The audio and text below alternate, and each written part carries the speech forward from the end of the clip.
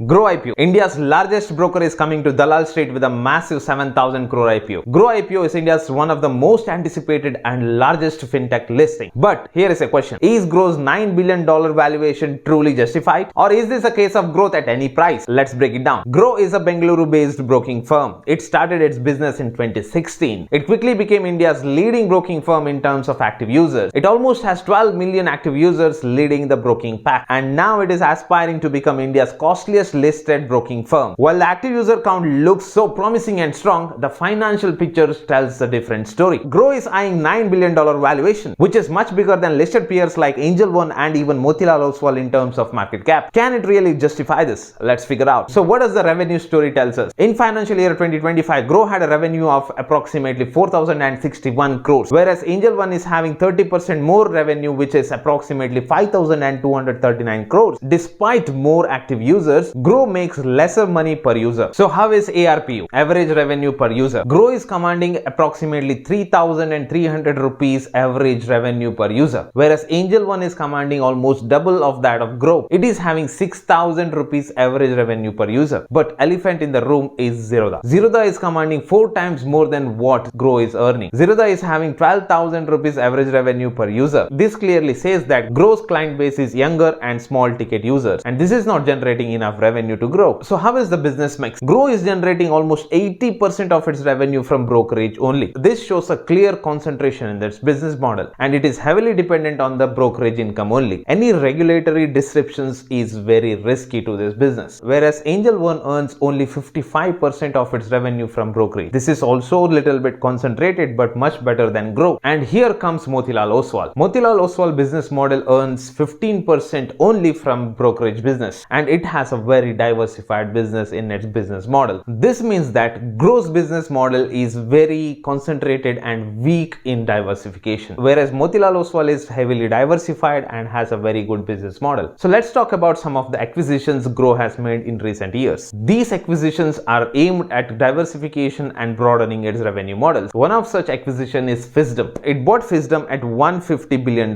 valuation, but unfortunately the business is still not profitable. And it also bought Indiabulls mutual funds for 175 crores. The current AUM is only 2,000 crores, which is very negligible compared to the big players in the industry. So far, the Groww's effort to diversify its business has not moved a needle to it. But this is not the end of the road for the business.